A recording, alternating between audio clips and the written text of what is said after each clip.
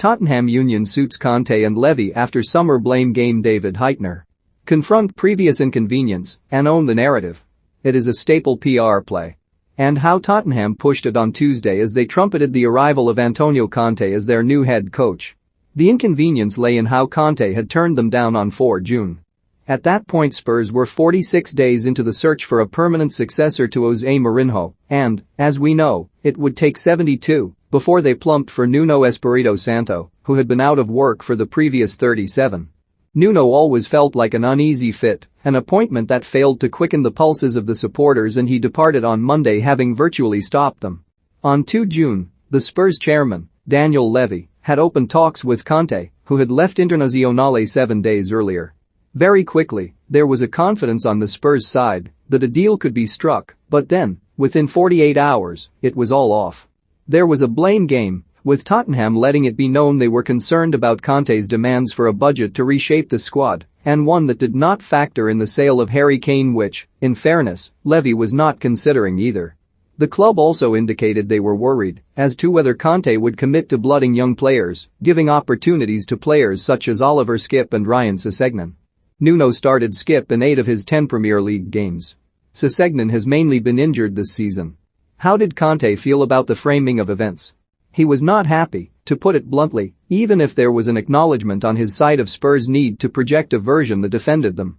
Conte knows as well as anybody how cynical this business can be. Which is why it was difficult not to smile when Conte was quoted on Spurs official channels explaining his decision to come this time.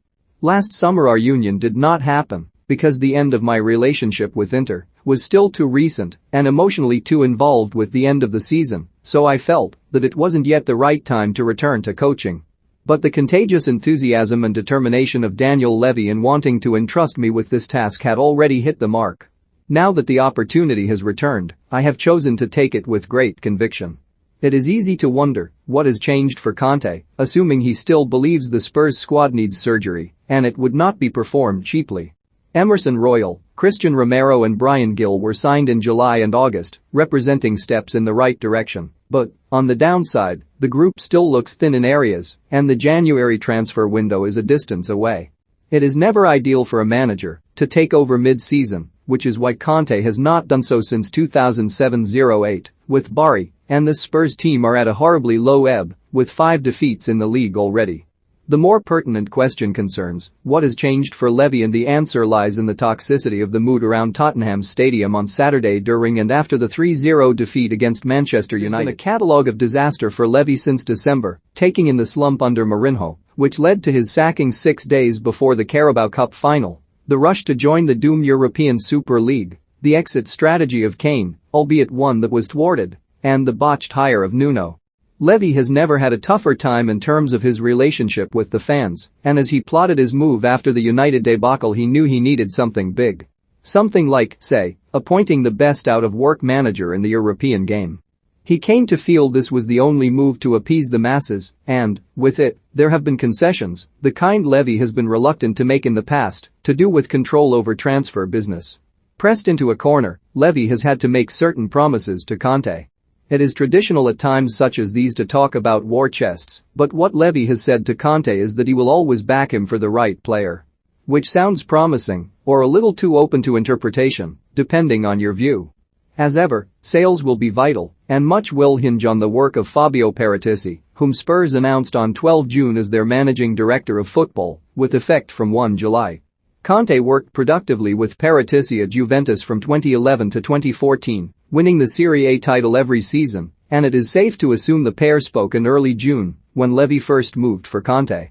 It was widely reported at the time that Paratici had given his word to Levy that Conte would join Spurs, but perhaps he did not have the working knowledge of the club back then, the capacity to be able to reassure Conte. That has changed. Levy has spoken about how Spurs have been hit hard by the pandemic, but as he has taken out loans to plug financial gaps, including those linked to the construction of the £1.2 billion ground, the broader picture offers encouragement. According to Deloitte, the club's most recent accounts show matchday and commercial revenue grew to £94.5 million, up 16%, and £160.5 million, up 20%, respectively, demonstrating the revenue-generating potential that they have unlocked through the new stadium. Full capacity crowds have made projections within the league's profit and sustainability rules even better. With Levy, there has long been the sense that each managerial hire is a reaction to the previous departure, making it hard to discern a consistent blueprint or, to use the buzz phrase, a club DNA. He has bounced from Glenn Hoddle to David Pleat to Zach Santini, from Juan Ramos to Harry Redknapp to Andre Villas-Boas, from Mauricio Pochettino to Mourinho. What Conte promises to bring, however, chimes with what Levy and every Spurs fan wants: quick, hard-running football, intelligent, well-drilled patterns, the remorseless will to win. It would surely have been preferable for Levy to have secured Conte in June. The pair intend to retrieve the lost time.